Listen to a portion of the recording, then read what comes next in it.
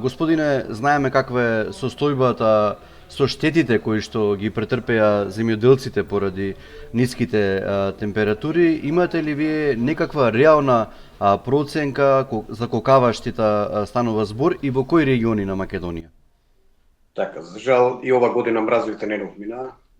Имаме штети, имаме доста на земјоделските култури, особено во делот на овощарството. Најпогодени региони се Малишевскиот регион, делот на општина Берово, делот на општина Делчево, и таму знаеме дека имаме доста интензивно одгледување на слива.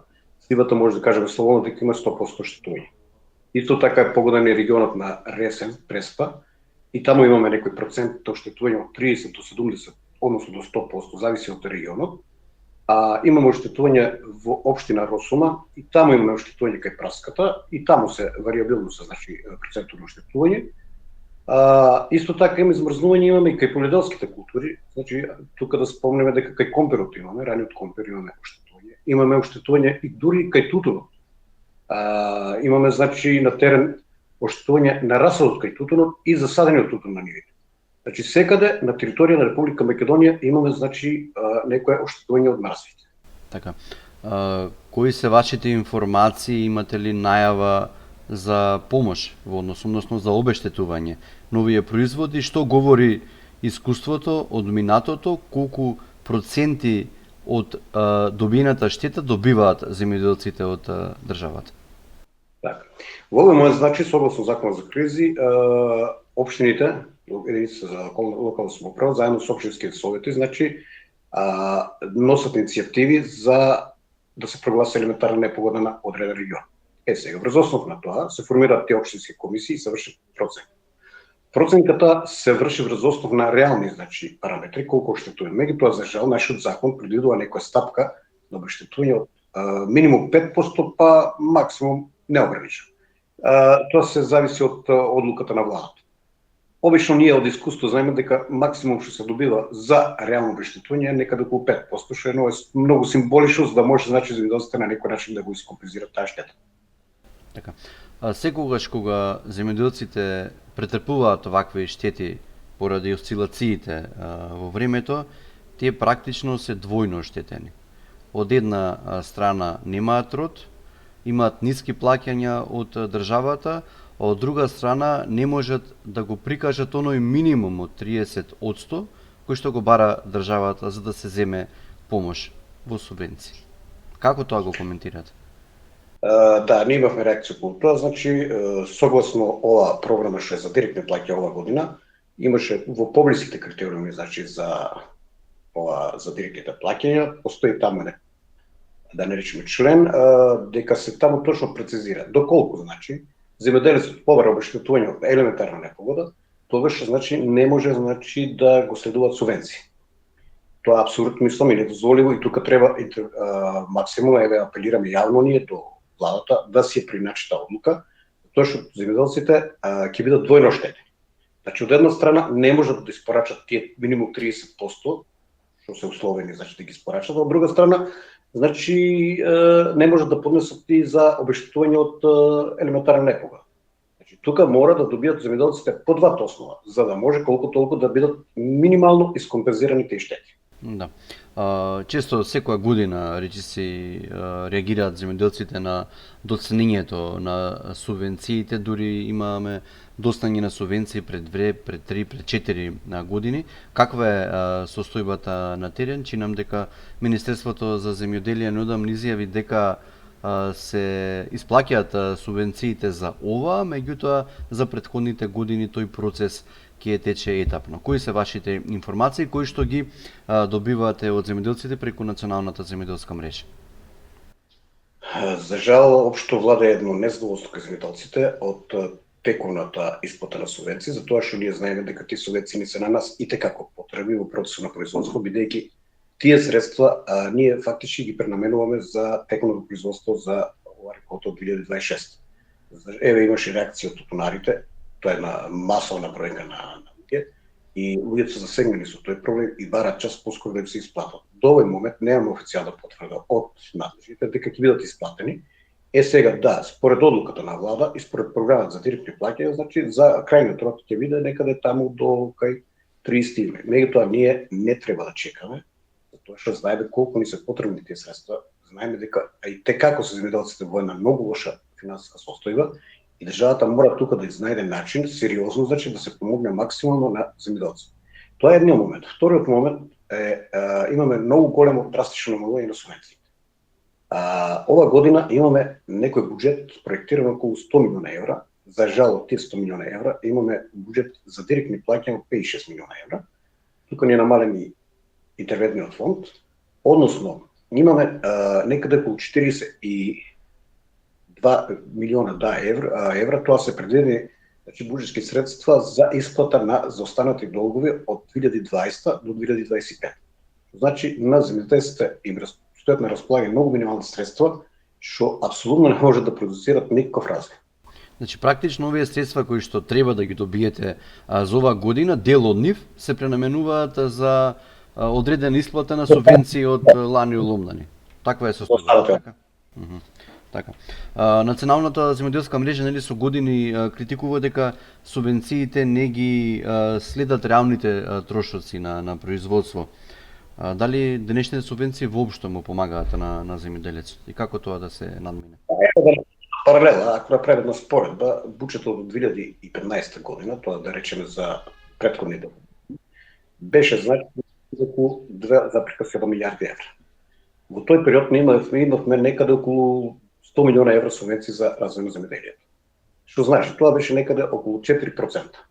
Сега, после една декада, после 10 години, ние во 2025 имаме 6,8 милиарди евра проектиран национален буџет, и имаме некаде околу 100 милиона евра, збориме збирно 100 милиона евра, и само 56 милиона евра за тековни подршки за 2026. Така тоа е еден абсурд, значи тоа е некој процент на 0,7%, или ако ги спазиме тие пропорции, значи ние би требало во овој момент да имаме некаде околу 400 милиона евра сразмерно значи висината на националниот буџет, што апсолутно би било од подршка. Веќе во сила новиот закон кој што нели го донесоа властите во однос на аплицирање кој тоа може да ги добие субвенциите, владата вела дека токму овие субвенции ќе ги добијат вистинските земјоделци, не така наречените ловци на субвенции.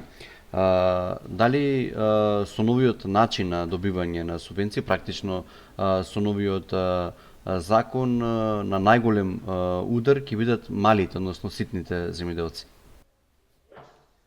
Видите, така, во услови, значи, кога ние увезуваме храна во вредност над милиарда евра, апсолутно и абсурдно е ние, значи, да ги ограничуваме мали и големи земјоделци. Де факто, кај нас, значи, некаде околу 90% го сочинуваат токму тие процентот на тие мали земјоделски производители. И ние, со самото објавување на програмата како Национална земјоделска мрежа, излеговме, истакнавме дека не се согласуваме со тие критериуми, тоа условено значи субвенционирање, затоа што во овој момент, кога има страшен дефицит на храна, ние секој земјоделец не е добродојден. И апсолутно е абсурдно е значи ние да ги делиме на мали и големи земјоделци. Еве и Европа го менува трендот веќе. Порано имаше некоја политика да се субвенционират поголемите компании, меѓутоа и таму си увидува грешката и полека, но сигурно веќе почнуваат да субвенционират и многу помалите земјоделски стопанства. Дали можеби еве да се навратиме на првото прашање, треба да се смени критериумот 30% од производство да прикажеш за да добиеш субвенции? Па исто и тука имаме реакција, затоа што вие знаете дека земјоделието значи е така речи производствено отворено и ние зависиме од многу ризик фактори. Значи фактор време, фактор болести и X фактори, така да никој не може, ни најдобриот агроекономист да предвиде да речеме како ќе се одвива теконата година. Сразмерно на тоа, значи ние не можеме да ги доведеме земјоделците во една ситуација да преда. И имаме уште еден тука многу битен момент што мора да го спомнеме, значи на овој начин нас земјоделци не принудуваат да ги носиме, значи 30% од производството кај регистрираниот купувач, а во услови кога немаме дефинирани заштитни цени. Што значи тоа? Нас од купувачите не оценуваат со некои минимални цени што не ги покриваат на основните производни трошоци. И де факто ние имаме двојна загуба. Од една страна не оценуваат да ги дадеме производите по цени што се под производни цени, од друга страна значи не добиваме субвенција од држава. Тоа е абсурдно и тука не се согласуваме и стоиме на ставот дека нема потреба да бидат условени. Секоја пара што ќе се инвестира во земјоделието, ние сме свесни дека ќе продуцира барем неколку пати повеќе значи приход и развој во земјоделието. Ово претпоставувам највеќе се однесува на млекопроизводителите кои што го продаваат млекото за многу ниска цена, знаеме каква е состојбата со цената на млекото и млечните производи во маркетите. Во овој момент, значи, млекарите се во една многу тешка финансиска состојба. Од една страна што имаат страшно ниска откупна цена, што е далеко од производните трошоци. Колкава е, господине, сега моментално откупната цена? Зависи од кој откупувач, кој прашање, значи од 24 до 28 денара по литар млеко, збореме за крава млеко. Овшкото е малку поскапо, со оглед на тоа, таму е дефицитарно, значи тоа е производство. Јас мислам дека десетина години, за 10 години 4 денара е поскапена откупната цена, така? Па, најверојатно да, меѓутоа има тука една многу фрапантна бројка што кај нас точниот фонд збореме за кравите е преполовен. Значи за 5 години е преполовен, односно за 10 години е преполовен. Од самото тоа кажува колку интересува кај земјоделците да се инвестира во таа грана. Има еден многу битен момент што тука морат политичарите и тие што носат одлуки да го сватат. Нити сточарството, нити земјоделието може да го подигнеме преку ноќ. Затоа треба значи време, треба многу вложувања, инвестиции и сега ние сето тоа со изградени капацитети го рушиме преку ноќ. Тоа мислам недозволиво и тука апсолутно мора да се застане на пат на таа ретроградна политика, моштивачка политика.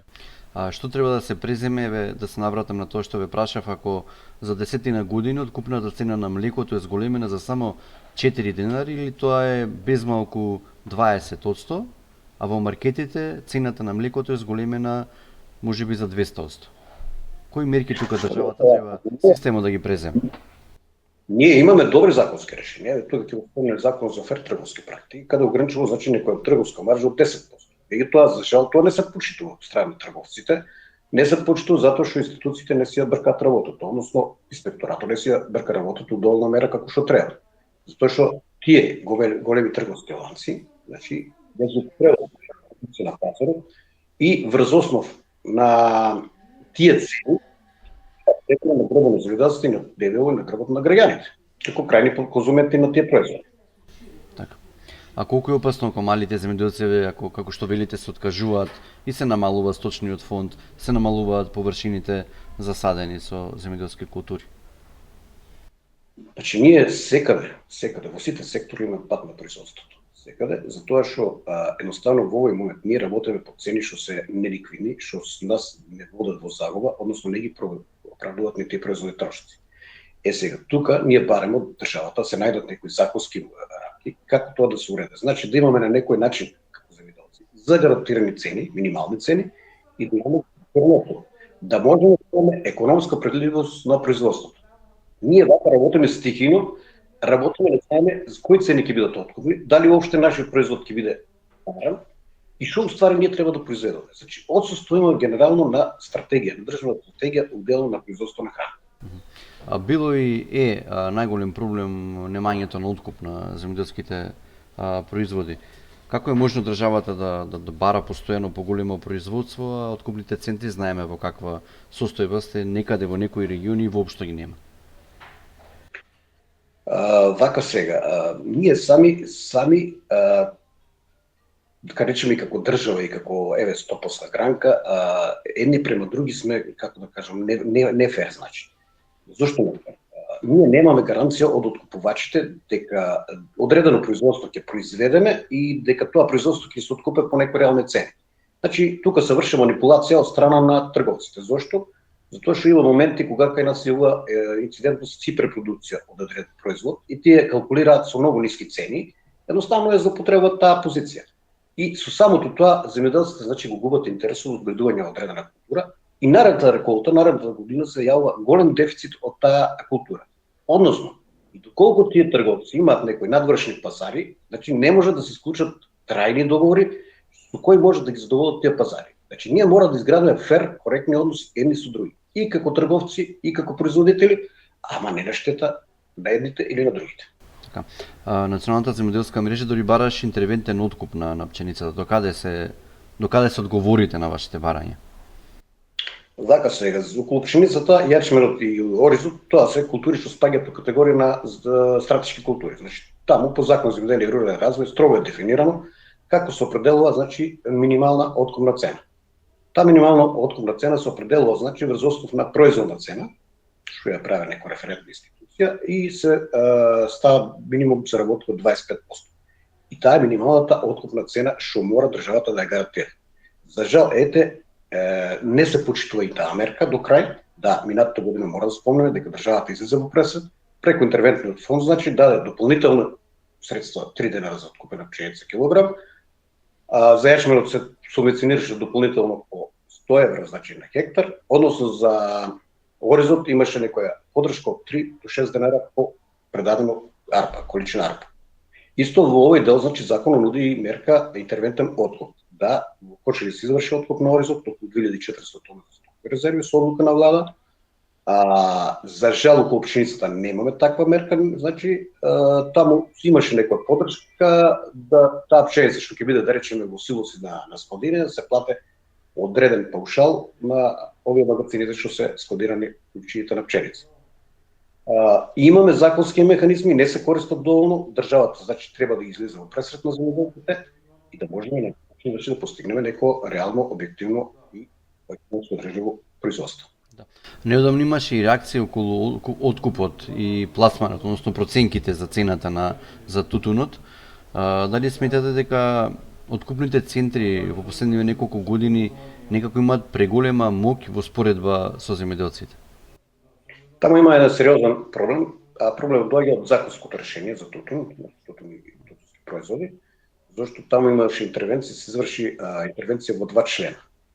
Значи, претходното законско решение имаше стрикна забрана за увоз на ориентален тутун, суров тутун.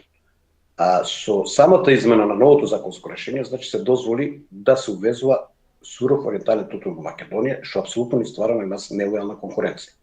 Второто законско решение што беше измена, значи му се одзедоа ингеренциите на Сојузот на здруженија. Со самото тоа Сојузот, значи, дојде во една ситуација да не може, да нема буквално никакви ингеренции да се договарат. Значи, тоа е де факто представник на тутунарите. Да не може да се договарат, значи, тутунарите за цената на сопствениот производ. И тука е еден абсурд, што апсолутно ние го спомнавме, тоа се коши и со Уставот на Република Македонија, бидејќи тутунарите како рамноправен социоекономски партнер де факто се, значи, хендикепирани да се договарат за цената на сопствениот производ. И тука веќе постои, значи, можност да се интервенира, ако треба и преку Уставниот суд, да се мене овој закон, што овој закон е неуставен. Да. Сведоци сме дека младите бегаат и од државата, условно кажано бегаат, меѓутоа и ретко кој млад човек сака да се занимава со земјоделие. Постои ли ризик за десетина години да немаме домашна храна или да ги имаме многу малку? Ако вака Па не знам, ако ние сега анализираме според бројките што ги оствараме за увоз и извоз, да направиме на компарација, ние сега веќе 70-80% сме зависни од увоз на храна. Така да во овој момент некако аграрна земја, ние дефинитивно сме, значи, зависни од храна. И сега мора да истакнеме тука еден друг битен момент и клучен момент, затоа што кај нас увезува се и сешто. Се и сешто од секаде, и на крајот краишта сета таа храна што се увезува, не знам колку Агенција за храна и ветеринарство, значи, има капацитет да ги исконтролираат тие внесови на храна. Значи, да, не дека тие луѓето не си ја бркат работа, си ја бркат во секој случај, меѓутоа немат ни физички капацитет, ни институционален капацитет да извршат контрола на сета таа храна. Во последно време, како што се поскапуваат нели ѓубривата кои што вие ги користите за производство, дали државата реално ја пресметува производната цена во однос на тоа што се продава во маркетите? Вашата производна цена, кога зборувам?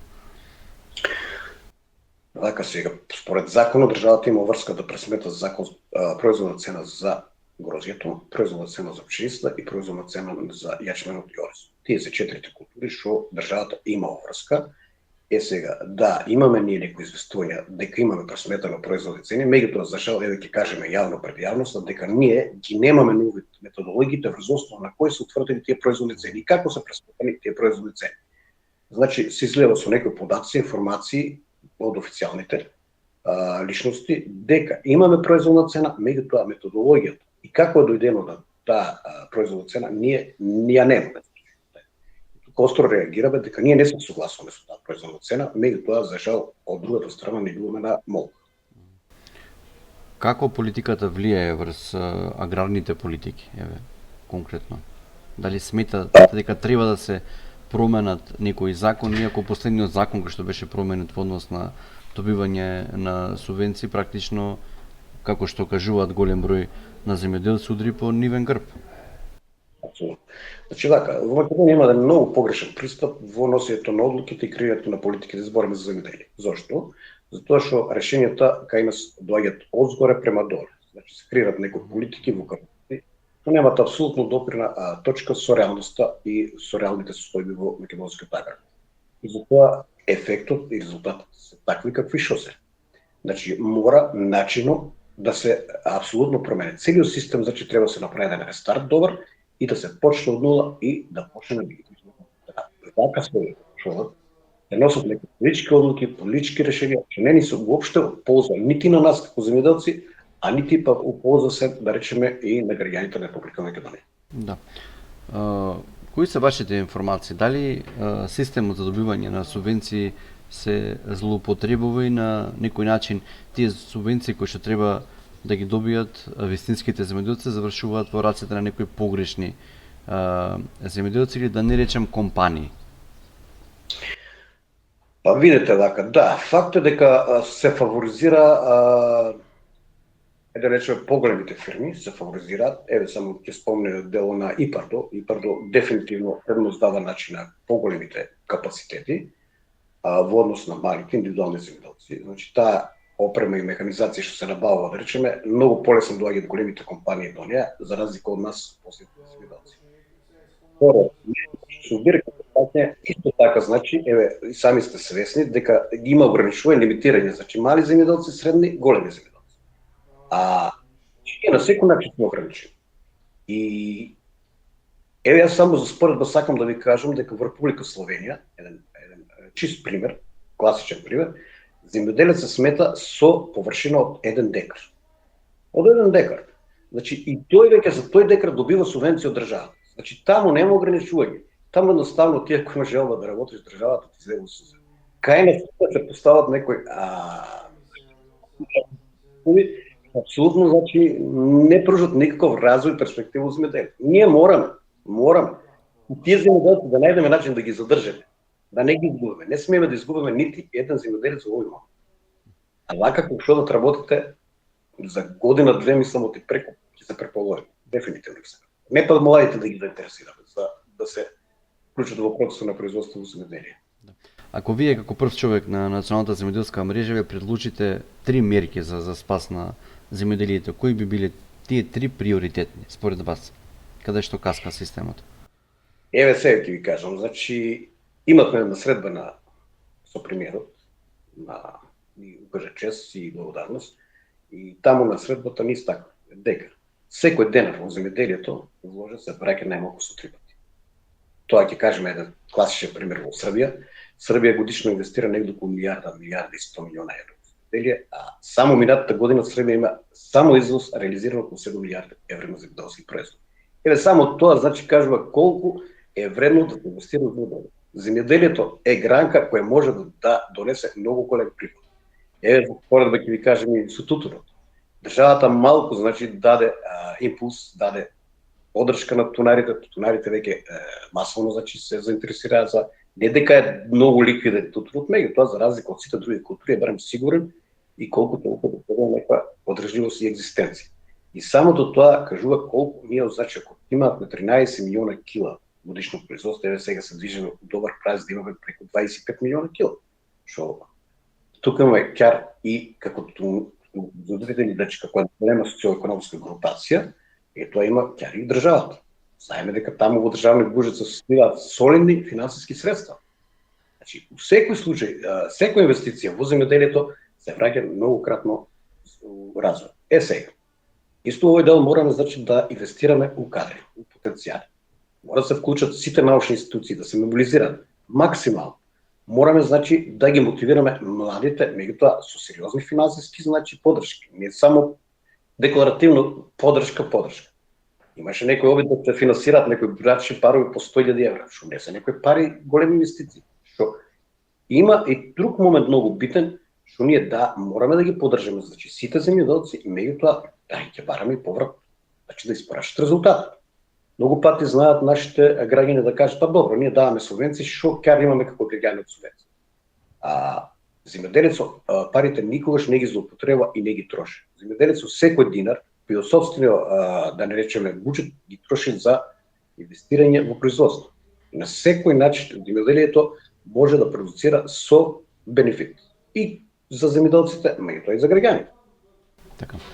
Каква, господине, не очекува земјоделска сезона, ако ги земеме во предвид фактот доснењето на субвенциите, немањето на доволно откуп, дали можеби ќе останеме без доволно домашна храна, со тоа и ќе поскапе храната на некој начин во ова време, невреме? Бидејќи значи сите ситуации во државата и надвор државата, ние ова година ќе имаме сериозна криза со храна, затоа што прво кај нас е производството многу намалено, по причини што имаме тие временски непогоди што влијаат многу кај нас. Меѓутоа и окружувањето многу загрозено од пролетните мрази. Сега следот овие денови имаше и доста град. Така да верувајте, овој период што следува, мислам ќе биде апсолутно, ќе биде крајот на многу скапа и недостапна. Сега да не бидеме песимисти, меѓутоа сите параметри индикатори окружуваат по тој празник. Дека ова година ќе имаме тешка година со високи цени и со масовен недостаток на земјоделски производи. Благодарам на разговорот. Благодарам и на вас на поканата.